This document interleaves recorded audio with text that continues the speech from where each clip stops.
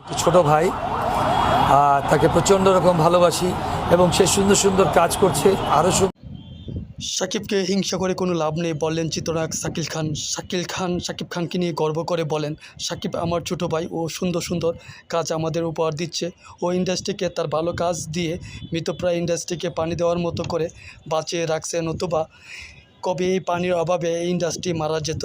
আবার এই শাকিব খান আসলে অনেকে হিংসা করে, আমি দেখেছি।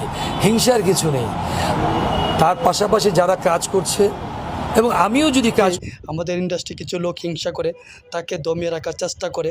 শাকিবকে হিংসা করে কোনো লাভ নেই, ওকে দমানো যাবে না। ও একটা বাঘ, জঙ্গলে অনেক প্রাণী থাকে কিন্তু বাঘের মতো গর্জন কেউ দিতে পারে না। শাকিব খান আরও বলেন, শাকিবকে হিংসা না করে ভালো কাজের মাধ্যমে প্রতিযোগিতা করো।